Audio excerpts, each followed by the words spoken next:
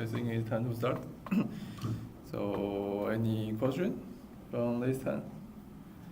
So, I guess a quick recap of what we were doing at the last part of last time. So, last time we were going over this conjugation and even odd symmetry for Fourier transform carefully. So, this we could have done in Fourier series, but we delayed to Fourier transform. And anyway, here are the results. So for x it being for the small x of t being an even function, then the big X of j omega will also be an even function, and x is an odd function. Big X is also an odd function, and if x is a real function, then big X has this weird property where you take a complex I should say, you take complex conjugation that's equal as you take a minus sign, that will equal to you take a minus sign on j omega. And if it's imaginary, then when you take complex conjugation, you also need to take a minus sign on j omega and an extra minus sign in front of your big X. Okay. And then you can combine the first four situation to see well, there is a 2x2 thing, so you see you can combine one of those two to one of the two and you get 4 results. And for example, maybe this is the most common one. If your x of t is real and even, then your big X of j omega is also real and even. And here for real function we have even more characterization. We say for real function, then you will see that the even part of small x correspond to a real part of big X, and the odd part of small x correspond to the imaginary part of big X, etc. And yeah, we go through an example. So this is a nice property to keep in mind when you sanity check your Fourier transform things, etc. Or like in this example, you can use symmetry to do some calculation, to simplify your calculation a little bit when you are trying to get Fourier transform, because you know like big X correspond to like the even part or odd part of your function. Okay? Any question about this real or even odd real imaginary symmetry? If not, then let's talk about more properties of Fourier transform. Okay, so next property we have is the differentiation and the integration. Okay, so differentiation property is easy. It's just like in Fourier series. So the derivation is pretty straightforward. I think you take, okay, so you take this equation and you differentiate with t on both sides. Then the left hand side obviously becomes dx dt. And the right hand side, the only part depends on t is this e to the j omega t. So you take a differentiator on t, you get the extra j omega here. And then you can kind of look this j omega times big X of j omega together as a new frequency domain function or a new frequency domain signal. Then yeah, so then you look at those two things and compare to this function, this relation. Then you see that dx dt is the Fourier transform of j omega times big X of j omega. So this is pretty simple, and this is just like in Fourier series. In Fourier series, we have jk omega naught here, right? So yeah, so this is pretty straightforward, and but things get complicated when you consider integration. So in Fourier series, we just say, well, there is something in a book that say you can do integration. But in fact, we said that if you think carefully, you find out that for Fourier series, you do integration, it's never going to converge, so you don't really care. But now the integration will actually converge, and there is something weird happening here, okay? So we say we do differentiation, we get the extra j omega here. Now if we do integration, then intuitively we should get 1 virtual omega, and indeed you get 1 virtual omega, but there will be an extra term, that's this pi times big X of 0 times delta of omega. So you get the extra delta function here. And yeah, so that's quite weird. And we don't have quite a proof here, so I guess this is something you need to remember. And so you need to remember you have this weird pi times delta omega here, and also you need to be careful the integration. This matters a bit. So you need to remember your integration is from minus infinity. Okay, so you are integrating from minus infinity to t, then you get this 1/j omega. You expect it from being the inverse of your differentiation, and then you get this extra pi times x big X of 0 times delta of omega. And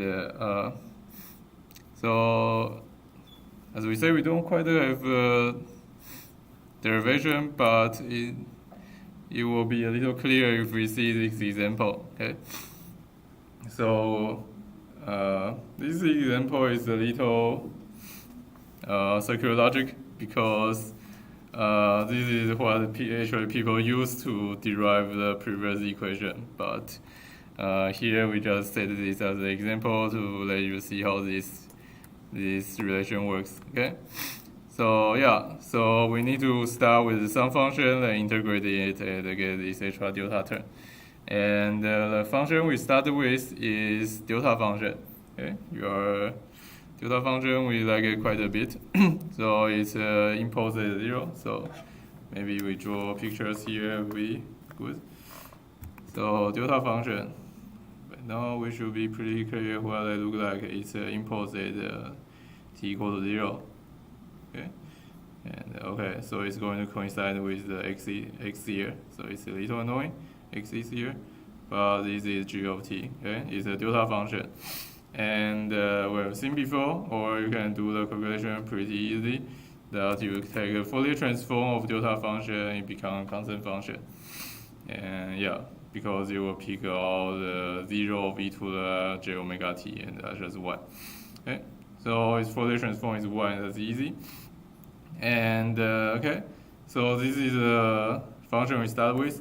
Then we want to do this integration, right? And integration of delta function, and now this is not too important here, but anyway, so we integrate from minus infinity to t, and integrate over this g of t. Actually, we change it to tau, and we integrate over this g of tau, and it becomes x of t. And we've known that the integration of delta function is the unit step function. Okay, so let's draw the unit step function once again.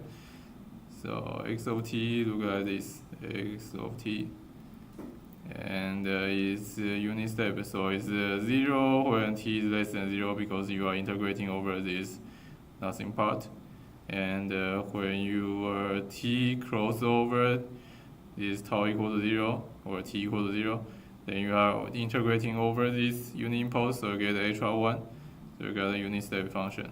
Okay, so this is a review of what we learned from chapter 1. Okay, so g is the delta function, is the differentiation, and x is the unit step function. It's what happens if you integrate over g.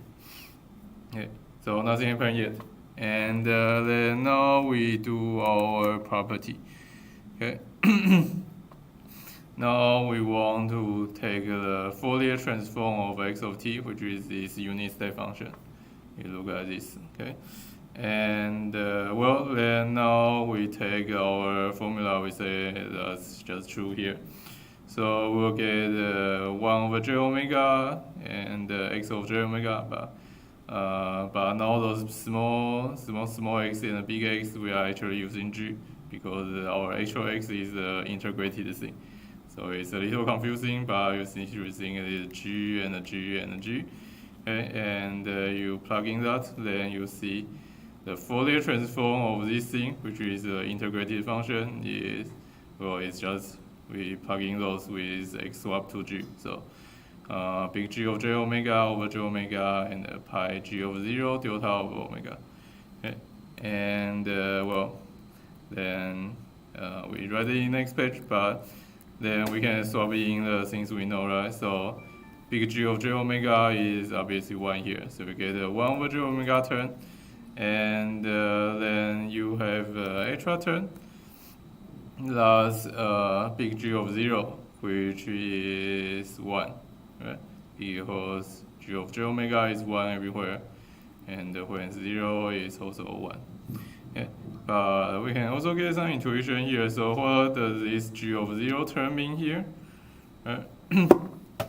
So this G of 0, big G of 0, if we think about Fourier transform of small g, big G of 0 is the integration of a small g of t from minus infinity to plus infinity. This is just you plug in this formula, right? This formula. And with omega equals 0, so you are just integrating over OT, your g of t. Okay, so big G of 0 is the integration of g of t from infinity to infinity. So it's the integration over this whole thing from minus infinity to plus infinity. So it's the area of this function. And so that's what it means in terms of small g and in terms of small x. That means, well, because g is a differentiation of x, right? So integrating over, then it becomes x infinity minus x minus infinity. Okay, so it's a difference of this point and this point. Okay, so yeah, so this extra delta term is saying that if your function has I guess a height change when you go from minus infinity to plus infinity, then you should pick up this extra delta function term. And this is not something you see in your derivative somehow. Okay. Okay. So that's some interpretation of this term. But anyway, this is what we believe to be true. So the Fourier transform of our of our unit step function is this really funny function. 1 over j omega pi of delta omega. You can see this is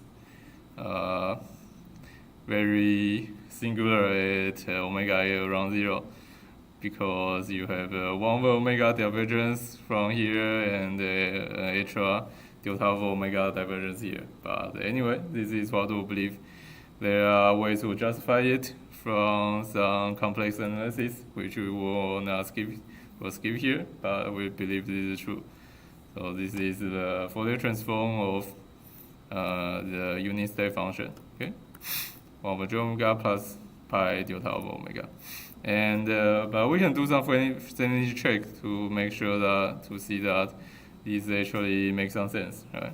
So we go back to, so we use our differentiation property. Differentiation property is actually true every time. There is no extra weird divergence happening. So we view. So we differentiate our unit step function back to our delta function. Then the corresponding Fourier transform, which will multiply extra j omega, right? So we multiply extra j omega here, and so the first term do what you expect it to do. So you have j omega times j omega, then cancel out. So back to this 1. And then we now have the extra delta function term here, right? So we have j omega times delta of omega.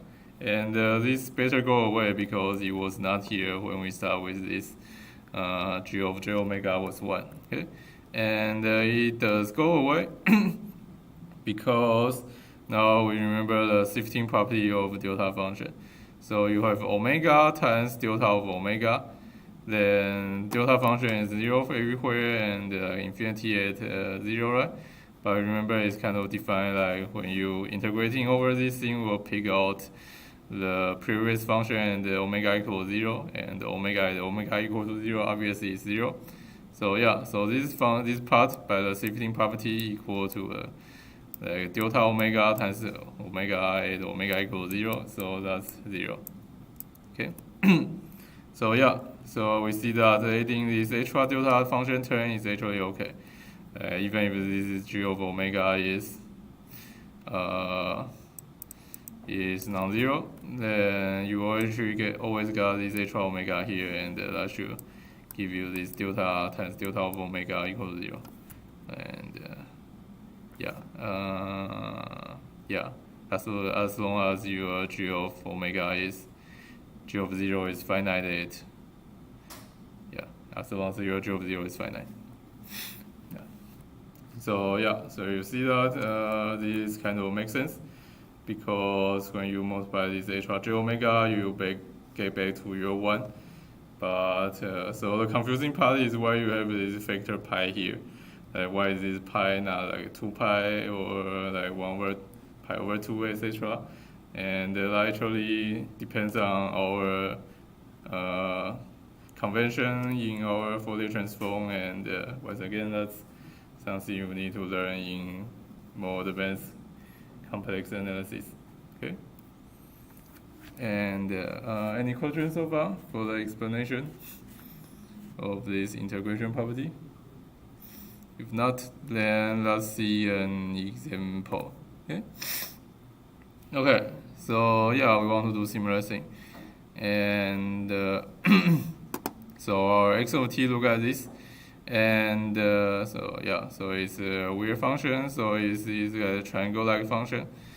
And when you do derivative, you will get a constant slope here, so we have a constant 1 here. So in your calculus course, when you do differentiation of this thing, you probably just say it's a 1 here and a 0 everywhere. But we know delta function, so we see those discontinuous jump here.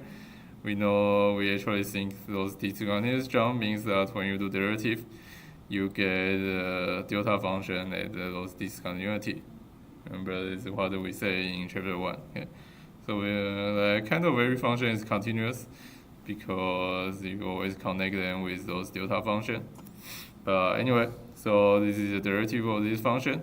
So the idea of this problem is we are start with this function and we want to find its Fourier transform. And obviously you can brute force this, and I think you probably already did this in your homework. Like you can just brute force it with the integration, and so this will have x over t equal to t part, and you can do integration by part, etc., etc. But here we can do this smarter, so we differentiate it to those functions that we know about. So it's a constant function and a delta function. And we find the Fourier transform here, and the Fourier transform here. So differentiation is this part plus this part. And the Fourier transform, we already know the Fourier transform of these things, so we just write it down. So Fourier transform of square function is the sinc function. And here, hopefully we have all the constant correct. And the Fourier transform of the delta function is, constant but it's time shifted. So it's actually e to the j omega. Okay, so e to the j omega and e to the minus j omega are 1 over n. I'm not too sure about which one is positive and minus, but anyway. So you have 2 e to the j omega here, e to the j omega and e to the minus j omega here. And okay. So this is the Fourier transform of the differentiation, and then you integrate this back to your x of t. Okay. And so the corresponding Fourier transform big X will have what we said before. So you have a j omega, big G of j omega divided by j omega plus the extra term, pi g over 0, delta of 0. Okay. And then g of 0, well, if you look at those functions, it should be, okay, sorry, I should not look here, it should look here. So g of 0 is,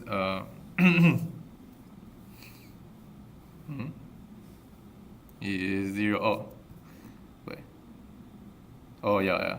So g of 0, you need to do some calculation if you look at it here.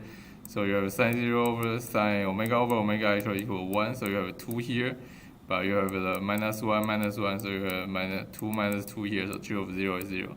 Otherwise, you can look at this. So g of 0 in terms of x, as we said before, is x infinity minus x minus infinity, so that's 0 minus 0, that should be 0. Okay?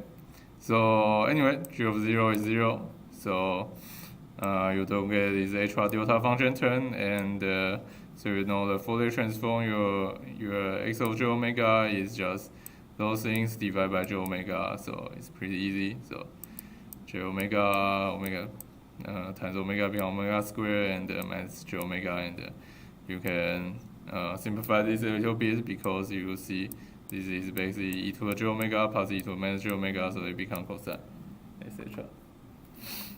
Okay, any question about this example? So you see that this makes your calculation a lot easier. You don't need to do the integration by part, which you will probably, when you do it, you can make a lot of mistake, but you can also do integration by part, can work. Just need to be careful when you do it, don't make mistake. Okay, so yeah, so over time you can check that if you get integration by part, you get the same result.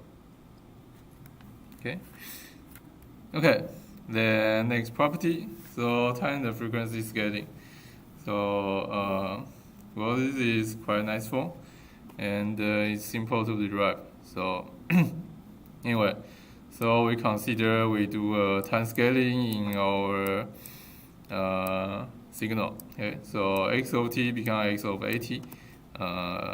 Yeah, this will, well, if a is bigger than 1, then it will squeeze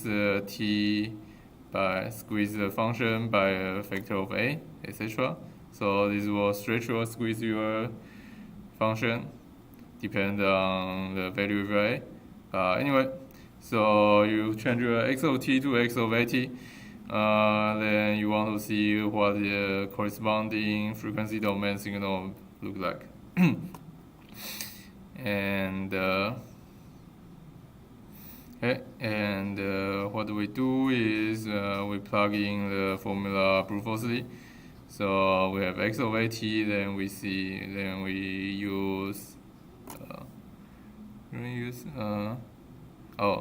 so yeah, so we use the formula that you calculate the big X corresponding to at directly. So you do this integration times e to the minus j omega t. And okay, so then you do pretty standard thing. You do change your variable because you really don't want at here. You change at to tau, and when you do that, you see that you get some extra factor on your omega.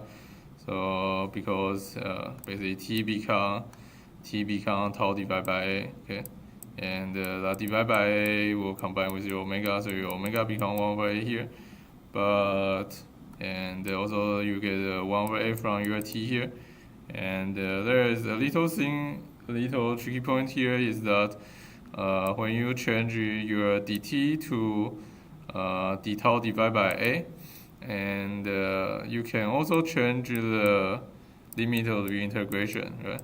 Because if a is infinity, if a is negative, then those two then the limit of the integration will swap, right? Because if you, instead of say if a is -1, so instead of dt you are integrating minus d minus t, then this plus infinity will actually become negative infinity, and negative infinity will become plus infinity. So all that said, that means that when a is less than 0, then you need to swap this upper and lower limit back, and you will get the extra negative sign. Okay, and yeah, so that's the only tricky point here. As a less than infinity, a less than 0, you get the extra minus sign. That means so you want to combine those two cases, you just write the absolute value sign on your a, 1 over a. Okay. And yeah, so this is kind of what we expected.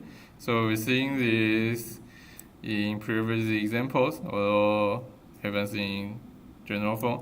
We're seeing that you multiply t by a, then you will divide omega by a, and vice versa. So you stretch in a t domain, you will get squeezed in a frequency domain, and you squeeze in a t domain, you will get stretched in omega domain. But there is the extra 1 over a factor is just there. Okay. And also for a equal to -1 is special enough that we get the extra net. So we see that if you put a equal to -1 here, that means you do time reversal in the time domain, you get a time reversal. Okay, get a frequency reversal in the frequency domain, and this is also nice, right? Because from here, so these waves basically derive specifically when we see the even odd property of the Fourier transform. So from here we can see that if x is an even, small x is an even function, then big X should also be an even function, right? Because small x equal to time reversal of small x, and big X will also equal to time reversal of big X. So from here you can also see the even odd property, because even odd of the small x will be same as the even odd of big X. Okay. And yeah, here is some word describing this equation. Okay. Question about the time and the frequency scaling? Not? Then let's see quite interesting property, duality. I guess this is not quite a property, but anyway, so the idea is, we also mentioned this a little bit before.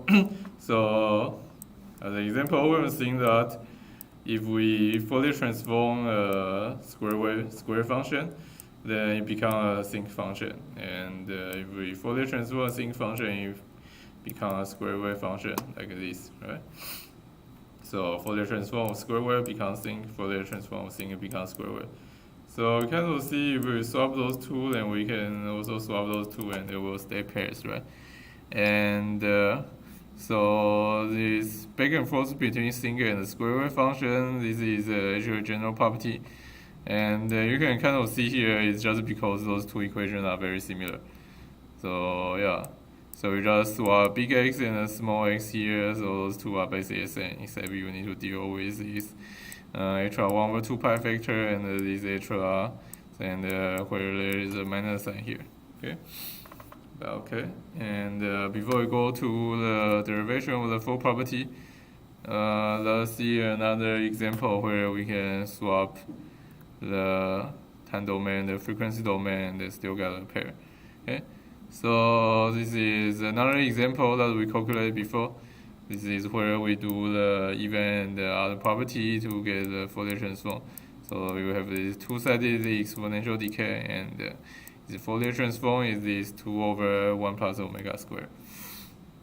And we say that, so now if you try to swap the time and the frequency domain, so instead of this, so you put this 2 over 1 plus omega squared and change omega to t, so you have 2 over 1 plus t squared, and you want to see what the Fourier transform on this, then will actually be very similar to this e to the minus t, and change t to omega, become e to the minus omega, but with extra factor 2 pi.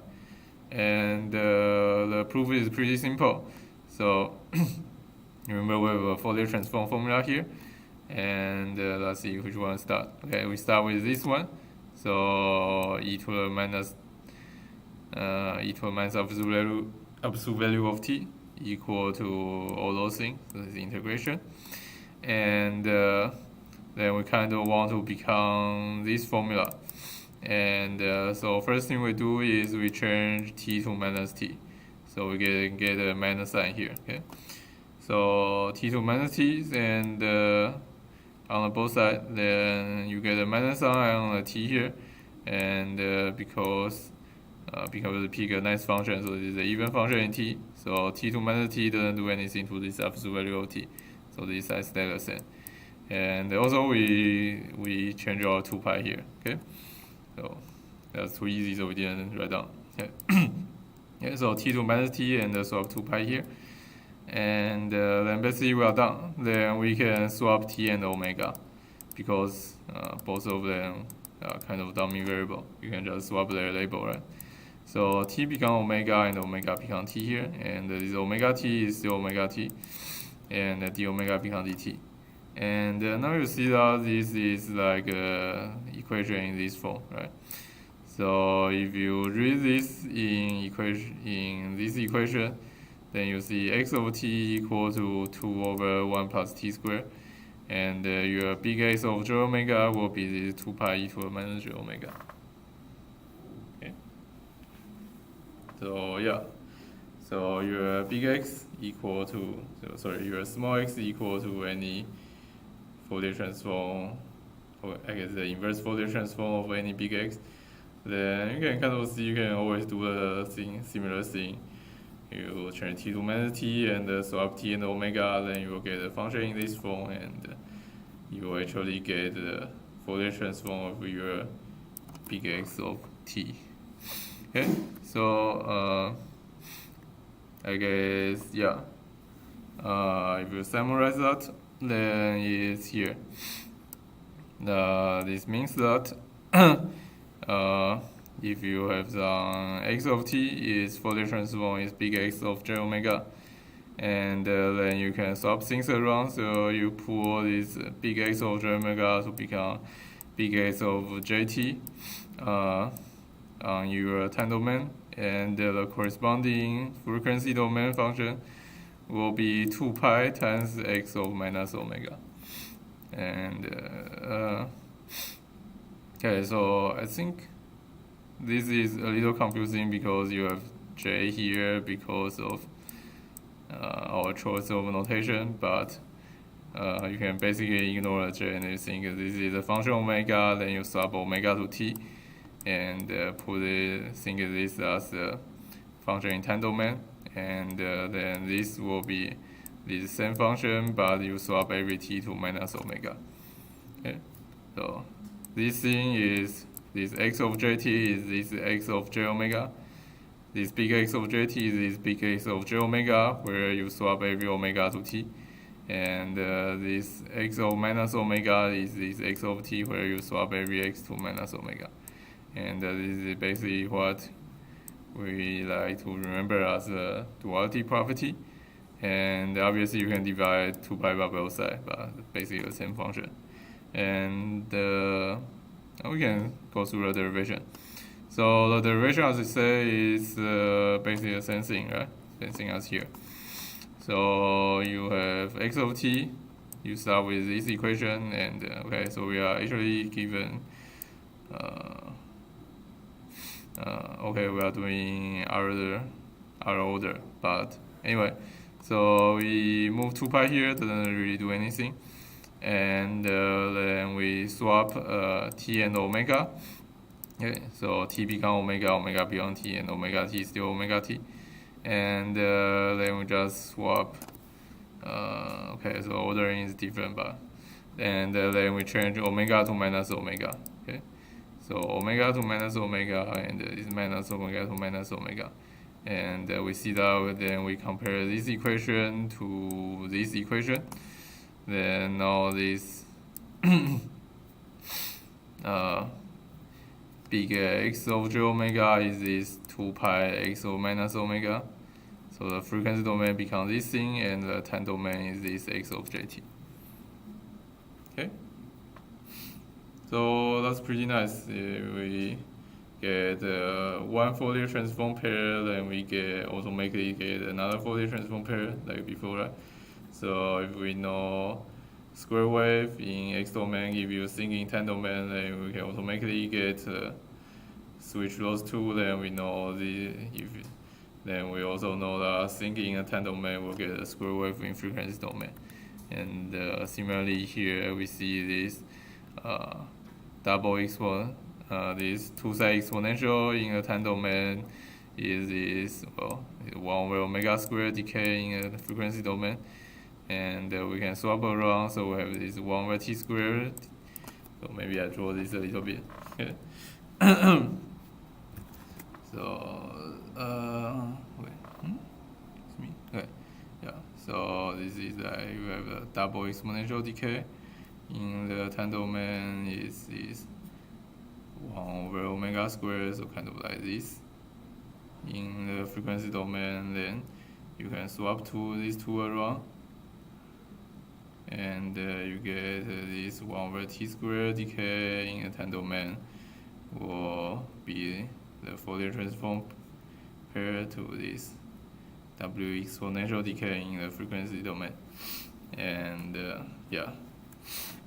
And in general, we have this form. So you have this 1/2 pi floating around just because of our normalization. And also you have HR minus omega here. Okay. And okay. And there is a little bit more about the duality. In that, so basically you see there is a very strong symmetry between frequency and time domain. They are basically the same thing. So all the property we derived before, the property we derived for the frequency domain, you can derive similar thing for the time domain. Sorry, we derive for time domain, and we can derive for frequency domain now. So for example, we had the differentiation property where we say we take a differentiation in the time domain, then we get HR j omega in the frequency domain. And we can get a similar thing. So we get a differentiation on the frequency domain, then we get the HR minus jt in the time domain. There's a minus sign because there's a minus sign here in this e to the j omega. Okay? So you just do a similar derivation, and you get a similar property, but sometimes you get a HR minus sign. Okay? And similarly, we said that before that we will do a time shift in the time domain. You get this HR e to the minus j omega t naught in your frequency domain, and so we can also do a frequency shift. Then we'll get this HR e to the j omega naught t. And also the thing we just talked about today. So if we do integration on our integration in our frequency domain, although because we want to integrate to omega, so now we call it domain variable eta. And so we get the integration in frequency domain, then we get this weird factor in the time domain. So we have the reverse of the differentiation, so we get HR1 minus 1/jt factor here, but then you also get this weird delta function term here. It's pi x over 0 delta of t. Okay. And somehow there is no minus sign here, but that's just what happened. And here this of the property, you can see the symmetry, pretty beautiful. So differentiation in time, get HR j omega, differentiation in omega, differentiation in frequency, get HR minus jt, then time shift, get HR e to the minus j omega t naught, and the frequency shift, get HR e to the j omega t naught t. And then you have the integration, both of them have this weird delta function term. Okay. And okay, so about time. Okay, we are pretty good. So we can finish this. So next property. Actually not next, but next property we talk about is the Parseval's relation. Yeah. So Parseval's relation, just as usual, is this energy preservation. But so the energy in time domain will equal to the energy in frequency domain, and they are now both minus infinity to plus infinity now. But once again, because of our normalization, you have this weird 1/2 pi here. So you need to kind of remember when doing this course. And here we actually write all the proof. So we have time, so we can quickly see this proof. Proof is pretty simple. The usual technique of swapping integration order, and I think we don't even have change of variable. Okay, let's see. So we have integration of this absolute value of x squared, and okay. So this is actually something new. So we break this absolute value of x equal into x times complex conjugation of x. Okay. So that's a nice trick. And you don't see this absolute value because absolute value is a bit weird. And then we say this complex conjugation of x. We use this equation to write it in terms of our big X. Okay, so we basically take the complete conjugation of this whole equation and become here. So big X become big X star, and you get conjugation, so you get a minus sign on your e to the j omega t. Okay. And then we do the standard change of integration order. And so instead of d omega first and dt, we want to do dt first and d omega.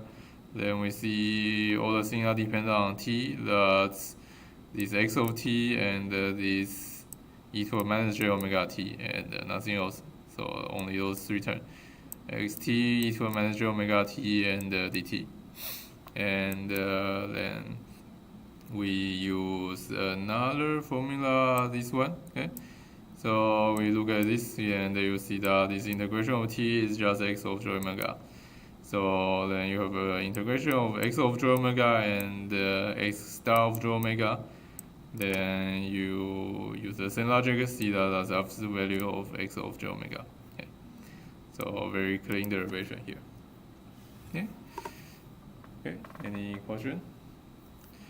And finally, I think the next example today. Let me see. Okay, yeah, we can. Oh, we can maybe talk about a little bit. Okay, yeah. So next one, we have an example that obviously use the possible relation that we just talked about, and a little bit more. Okay, so the question is you get a function like this, but now it's a bit tricky. This is okay. What's that? Let me see. I want a highlighter. Okay. Okay. Okay. So we are actually given the frequency domain function here. Okay. So big X of j omega. So given frequency domain function like this, and we want to ask energy in time domain. And this weird function, that's a differentiation of the time domain function, and taking at time equal to 0. Okay. So the first part is pretty straightforward. We just talk about possible relation. So the energy in time domain is just the energy in frequency domain divided by this 2 pi. Okay. And the energy in frequency domain, so we skip the calculation, but you can see, well, those are 3 rectangular, so you can have the height squared times your length, height squared times length, height squared length. That's pretty easy. We skip the calculation, and that's something times pi, and you divide by 2 pi, you get this 5/8. Okay, so the energy is straightforward, but well, here you see that you use a possible relationship, so you can skip the calculation of Fourier transform. So this whole question we're trying to skip actually doing a Fourier transform back to x of t, because I think it's pretty annoying. Although obviously you can brute force this by this is not too hard also, because you can break this to 3 rectangular. Then rectangular, you get sync, and you do linearity and time shift. So Fourier transform back is actually doable, but obviously that's very annoying. And you see that with the possible relationship, you can calculate energy from the frequency domain directly. Okay. And similarly, so we want to do this differentiation of the time domain without actually calculating x of t. And so how we do this is first we want to get the Fourier transform of this thing. Okay, so we want to get the corresponding big G. Okay, so we call this dx dt, we call it g of t like before. And we want to see what's the frequency domain of this function. And well, then we had the property we talked about just today. That's a differentiation property. So the frequency domain, so this big G of j omega will just be this big X of j omega that's given here times j omega. Okay. And okay, that's the frequency domain of dx dt, but we still want to calculate what's dx dt at t equals 0. And well, that's g of 0, then we can use our property to get g of 0. So we kind of think about this is you think about the inverse Fourier transform, right? So time domain of 0 is the DC term of your frequency domain, basically, right? Remember, in frequency domain, we have said like big X of 0 is like an integration of your x, and yeah, so your small x at t equals 0 will similarly be the integration of your big G through omega. Okay, so this is the integration of big G of j omega over all the omega, and but with a trifecta of 1 over 2 pi. Okay, and this is just the synthesis equation of your Fourier transform taking at t equals 0. So the e to the j omega t term disappear. And yeah, and that's how you use your big G here. And big G, you know, is j omega times your big X of omega here. But here you can actually pretty easily see that this is 0, because this is the odd function. This big X is an even function and j omega is the odd function. So you multiply together, they become odd function, and you integration the odd function, the negative part and the positive part are just going to cancel each other. And so this is 0. Okay, and okay, so I guess we are just on time on this. And next one, we have a very similar question. So actually the same question, but we change to another picture. So big X of j omega now look like this. And once again, we ask what is energy and what is weird d here. And energy, just same as before, you ask possible directly. So you calculate the area here, you will get like a pi square become pi. So you have like 1 and 1 here, and so it's 2 pi, then divide by 2 pi. And sorry, so there's pi here, and there's pi here, and divide by 2 pi, you get the energy equal to 1. And g of t, just like before, sorry, so the dx dt at t equals 0, just like before. You think g of t is this differentiation of small x, and g of 0 is the integration of big G of j omega with the integration of j omega x of j omega. And here you don't actually got a symmetry to cancel everything, because this is odd function, you target times another odd function, now it become even function, and it's actually something left. So you need to actually do the integration. And but that's not too hard, and we skip it too. So basically you can think about that will become a triangle, right? Because j omega, that's a straight line that times is constant, so you have like you will be like a triangle on this part and same triangle on this part. And let me see, we have like 2 minutes, and maybe we can do a very quick calculation here. So let's see, the height of the triangle will be j squared pi times this j here, so it's minus 1 times squared pi, and okay, yeah, so it should be minus 1 times squared pi here, and the width is obviously 1 here. Okay, and then you have the same triangle here, and so the same triangle in together, you have the area equal to minus square pi, and then you have minus square pi divided by 2 pi, so that's minus 1 over 2 divided by square pi. Okay, so yeah, so area calculation check out, and 1 minute. So I guess we can quickly finish. Next time we actually have one more property. That's a convolution property, and